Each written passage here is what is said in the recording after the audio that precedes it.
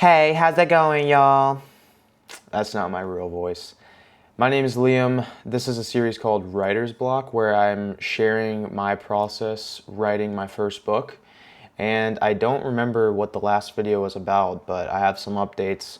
And I'm just going to be talking about my life a little bit in this video to give you guys an update to make sure this series is complete in itself. So I finished draft number 1 of my first book ever. And it was weird when I finished it. It was kind of melancholic. It was kind of sad because this project had been driving my purpose every day for, 4 or 5 months. And then draft 1 was done. Now I know that the work is not over at draft 1 by any means, but it felt like that world that I entered each time I started writing that book was gone. And the thing I did when I finished draft number 1 was I started another book. And now I've been writing a new book. And that's actually been really fun. So when you finish your first draft, it's common advice to writers to wait a few weeks before you go back and edit it. And you do this because when you first finish something, you do not have an objective perspective about the book. So if I were to finish the book, go in, start editing it immediately, then I would probably be too close to the story itself, too close to the work, and my editing would be not objective and not effective. So I've now waited, I think, it'll be 2 weeks this weekend. And I haven't determined if I want to jump into it yet. Stephen King, he waited 6 weeks to edit his first book. To edit his books, so I'm kind of trying to feel it out. But I will say there's a mental blockage because I wrote the first draft longhand, and my thought process was editing will be the translation of paper to computer, and I'll do it that way, which is going to have to be how it goes. But I know there's going to be some massive changes when I go in and edit this draft, and that to me is kind of scary. So I've just been diving into another book. Nothing is a waste of time. I don't think there's any right or wrong way to do it. And I also have given myself, there's no rush to finish the book. I really said it could take the whole year, and it's looking like I'll publish my first book this summer. And then the second book, maybe even before the end of this year, because typing it seems to have it go a lot faster, though I'll admit I think my writing is more effective when I'm writing longhand, but that's to be determined as to what my main medium is going to be. Outside of writing, because you can't write all day, this is something I want to talk about. You have a creativity cap each day, and my average is 500 words. Sometimes I go a little over. Sometimes I'm at 435, and that's fine. But the average words per day put into a story is 500. And for writing a short novel or a novella, that seems to be a very effective pace where the story is able to morph itself day to day, meaning that you aren't pouring empty ideas into the page just so that you can hit a word count, but rather you're stopping at a good stopping point so that you feel like you have energy and momentum when you stop. And that momentum pours into the writing the next day. This is something that Hemingway talked about in some of his letters, in some of his interviews. He called it juice. And that's been really effective, and 500 words per day, just like Hemingway, is a pace I've been moving with. And I really like it. I have had a few days where I'll write 1,000, 1,500 words sometimes, and that's cool, but I feel kind of trash afterwards, so I'm okay with the pace that I write at.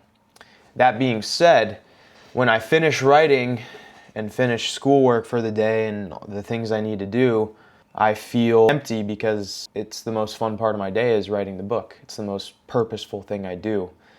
So I've now spread my creativity into other things. Because at first I thought, well, maybe I write, take a break, write again. It just does not work for me. I need lower stake creative outputs. So obviously I play music, fun. And so once writing is done, I'll play music. And I've challenged myself to make music, not just play songs, which is an interesting shift.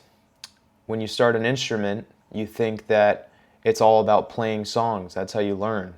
And then I've now played 6 years guitar, so it's kind of pointless, it feels, to be just playing songs. It's easy, it's stupid. So I started challenging myself to write music, to write chord progressions and write lyrics, and that's really difficult. And so I'll sit down with the guitar for 30 minutes to an hour and just doodle. And then that's the other creative output, number one. But number two is drawing. And it's so weird. This has broken such a barrier in my mind, because as I was a kid, I never thought I was good at drawing, because by nature I wasn't. And it was something in my head that I never thought was a skill. I didn't think you could just learn how to draw because everyone else was doing it effortlessly. But I got a sketchbook and started drawing. And I do this every single day. I go outside, sit on the bench, and listen to music and draw. And this will take up 1 or 2 hours. And it's just activities that shift me from mindless consumption of social media to something more meaningful and a lot more fun, but also keeps me in this creative mode without making me feel exhausted.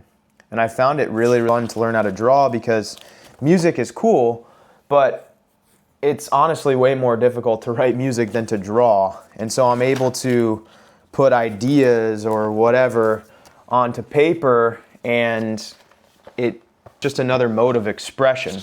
Because you'll find, or I've found in my life, that there are moments when, for instance, I go without my phone for a while, and I'm endlessly more creative when I'm without my phone. I just don't have stuff coming in, and so my body defaults to putting things out. And in the same way, I've just been trying to keep the creative switch on. And I know this sounds very practical and tactical and planned, but how the day unfolds, it's very spontaneous. It's not super structured. It's not super planned. And this really brings me into my next point to address the YouTube. It's weird because with this creative cap, kind of gas tank, and filling the gas tank up is sleeping every night, you have this finite amount of creative output. And amongst all these different mediums, I can really only put good energy into a few of them per day. And so it's crazy to see how the YouTube has morphed, and I think it's a good thing. I began making sometimes 2 videos a day, just propping my phone up in the car and talking. And now it's something that is impromptu and super spur of the moment if I make a video. I make it 1 video a week. I have standards for these things, but at the same time, it's been really cool to just make what I want to make. And the book writing has showed me that that's possible. Because I've reached a point where I can't imagine making something against my own will. Whereas that is how you start anything. When I started writing this first book, I had to write against my own will. I had to sit down and move the pen even though I didn't want to at all. And changes. It shifts to something that you want to do, and you do it in your own way. And YouTube has been the same. I was grinding away at YouTube for a long time, and I'm never going to stop YouTube. It just changes. It just fluctuates in frequency and really the type of thing I'm posting. It's changing all the time. But that's not to say that in the future the YouTube isn't going to turn up and I'm going to post a shit ton of YouTube videos. But the way I do things is I never really stopped doing anything. Started playing guitar, kept doing it. Started jiu-jitsu, kept doing it. Started writing, kept doing it. Started meditating, kept doing it. Gym. All these things, I never stopped doing them. And there is a finite amount of time every day. So what ends up happening is I'm doing less bullshit and doing more intentional things. So the point I'm making is that do all of these things even if it's in a small capacity. I don't grind guitar 6 hours a day like I did when I first started. It's like a train in that getting the train from 0 to 60 takes a lot of energy, but then 60 to 100 it's just kind of coasting. And every time I pick up a new endeavor, I'm in it. I'm so in it at the beginning.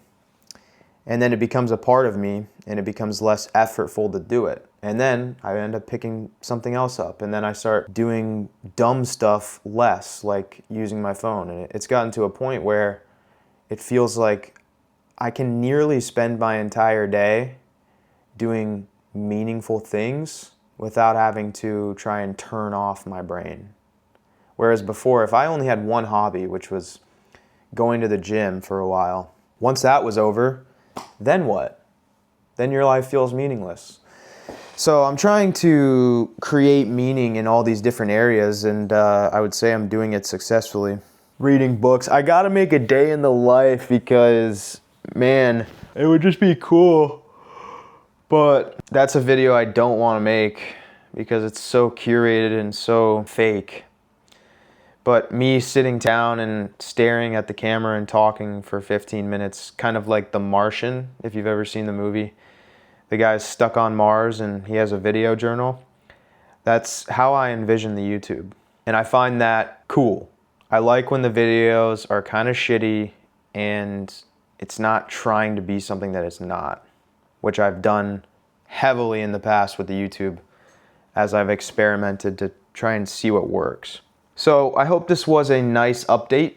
I don't care if anyone watches the video. I don't care if anyone reads the book. However, it would be cool if you did. So if you made it this far in the video, that's a good thing. Thank you for watching. My name is Liam. Bye-bye.